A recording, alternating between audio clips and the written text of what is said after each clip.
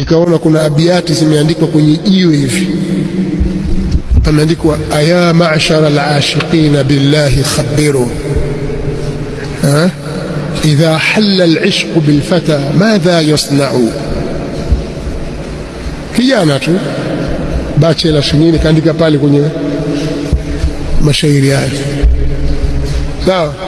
Aya ma'shara al-ashiqina, enyi wapendanao nyinyi, enyi kupenda nyinyi, billahi khabir, na hapa kwa Allah, hebu elezeni, idha halla al-ishqu bil-fata madha yasna'u, ishqi itakapokuwa imemvaa kijana afanye nini? Ataka ushauri, lakini kaandika kwa shairi. Akaja yule al-Asma naye akaandika maneno pale, akamwambia yudari hawahu thumma yaktumu sirrahu wa yakhsha fi kulli al-umuri wa yakhda'u.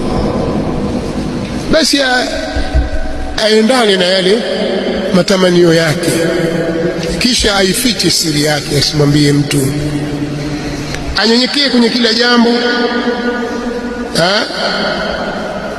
na ajidhalilishe katika kila jambo,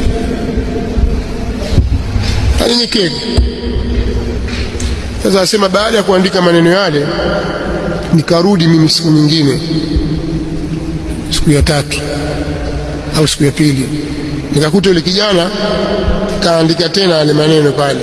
Asema, wa kaifa yudhari wal hawa qatilu al-fata wa fi kulli yawmin qalbuhu yataqatta'u. Vipi huyu bwana ataweza kuendana na mapenzi yake? Vipi aendane na mapenzi yake na hali ya kuwa haya mapenzi ni yenye kumuua huyu kijana, na kila uchao, kila siku moyo wake unakatika katika. Akachukua chaki sujiwe na yeye akaenda akaandika pale, idha lam yajid sadran likitmani sirrihi falaysa lahu shay'un siwa almauti yanfa'u. Ikiwa hakupata subra ya kuweza kuficha siri yake, basi hakuna kitu chochote kitakachomsaidia isipokuwa mauti. Kenda zake. Siku ya tatu anapita pale, akamkuta mtu amelala pale, kumbe kashakufa. Asema, sami'na ata'na thumma mitna faballighu salami ila man kana fi wasli yamna'u. hani'an li arbabi an-na'im na'imuhum wa lil'ashiq al-miskin ma yatajarra'u.